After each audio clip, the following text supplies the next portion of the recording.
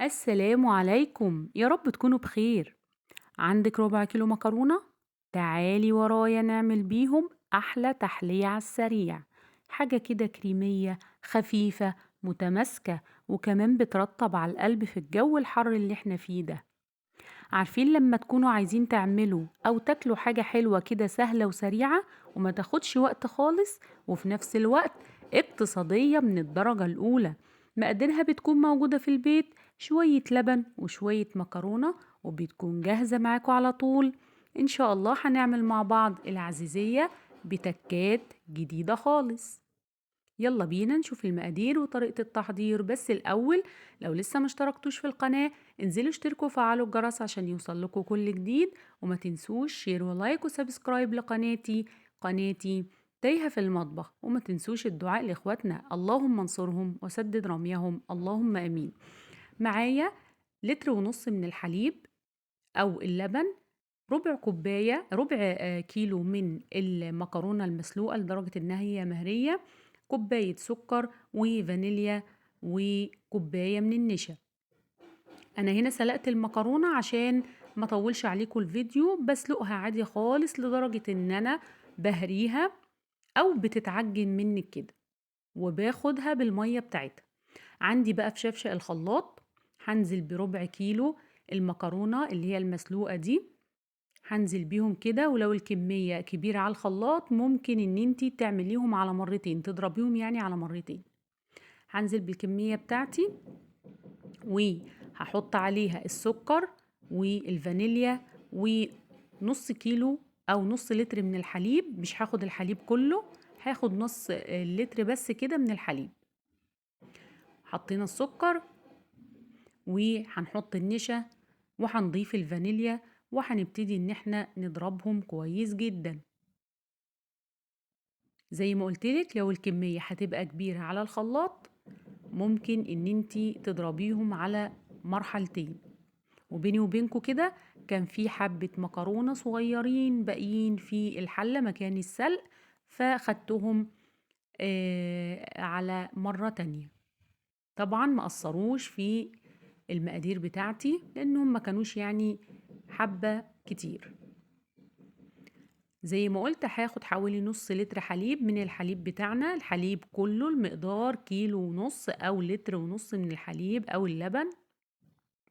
وطبعا ما ننساش الفانيليا، حطي بقى الفانيليا السايلة او اللي هي الباكيتات، ممكن تحطي 2 باكت، لكن انا عندي هنا الفانيليا السايلة. ضربنا بقى الخليط كله، والتركاية الحكاية هنصفي الخليط كله بتاعنا عشان ما يبقاش فيه اي تكتلات اثناء ما اتضربتش كويس من المكرونة.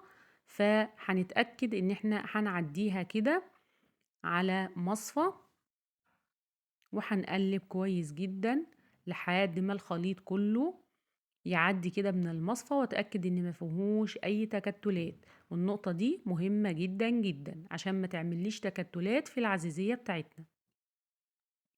هنخلص بقى كل الكمية دي. طبعا احنا لسه عندنا لتر من الحليب ما ضفناهوش، احنا ضفنا بس ايه نص لتر كده، واللتر الباقي هنضيفه اثناء ما احنا هنرفعها على النار.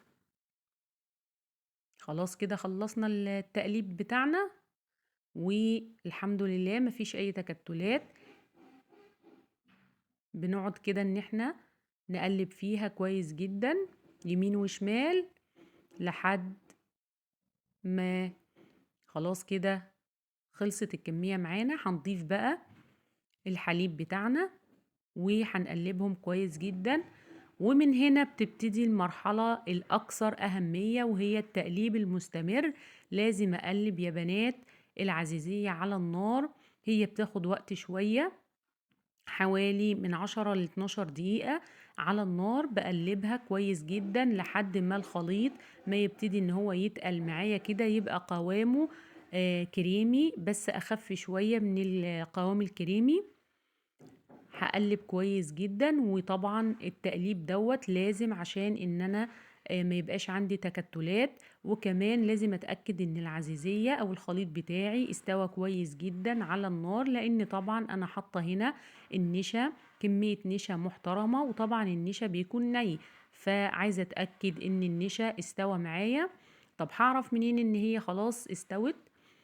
هقولك، بس شوفي معايا التركية الحكاية التانية دي. ضفنا معلقة كده من السمنة، ويا سلام لو تبقى سمنة بلدي أو زبدة. هنا بدأ الخليط يتقل معايا، وهعرف ان هي استوت اول ما تبقبق كده زي البقابيق اللي انت شايفاها دي. يبقى خلاص كده عملت فقاعات او بقابيق. خلاص هي كده استوت. هطفي عليها وهحضر الصينية بتاعتي. الصينية بتاعتي مقاس من 32 ل 35 معاكي، مدهونة دهنة بالسمنة المحترمة. وهنقلب الخليط بتاعنا دوت في الصينية، ولا محتاجة ضربة ولا ضربتين، ما شاء الله القوام نازل مصبوب صب.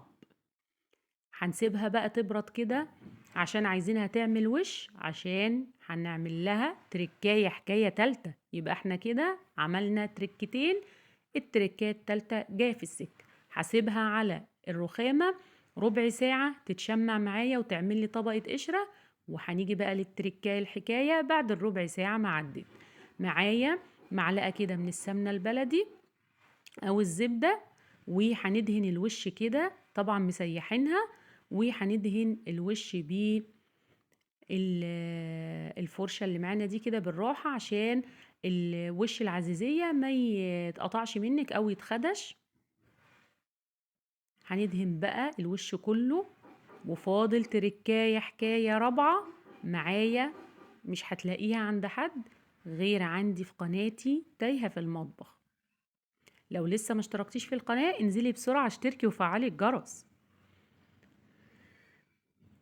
خلاص دهنا كده الوش. عارفة بقى السكر الحبيبات او السكر السنترافيش، بس يكون اللي هو السكر الابيض الناعم، ما يكونش اللي هو الحبيبات الخشنة قوي. عايزين كده يعني رشة خفيفة كده ما بين صوابعك، وهنرشها على وش العزيزية. ودي زي ما قلتلك التركاية الحكاية الرابعة. هنا عندي كده السكر، هبتدي اخد كده ما بين صوابعي وارش على الوش عشان تديني شكل في التسوية رائع زي اللي انت شفتوه في بداية الفيديو. وسامحوني يا بنات، الإضاءة عندي مش قد كده، فللأسف ظلمة الصينية بتاعت العزيزية. ادعولي بقى اظبط الإضاءة، وإن شاء الله يعني نعمل مع بعض فيديوهات أحلى وأحلى. خلاص كده رشينا رشة السكر على الوش، وما تخافوش مش هتتحرق معاكي، لا هي هتديني كده كرملة لذيذة. هنا ولعنا الفرن على درجة حرارة عالية، وهنحطها بقى.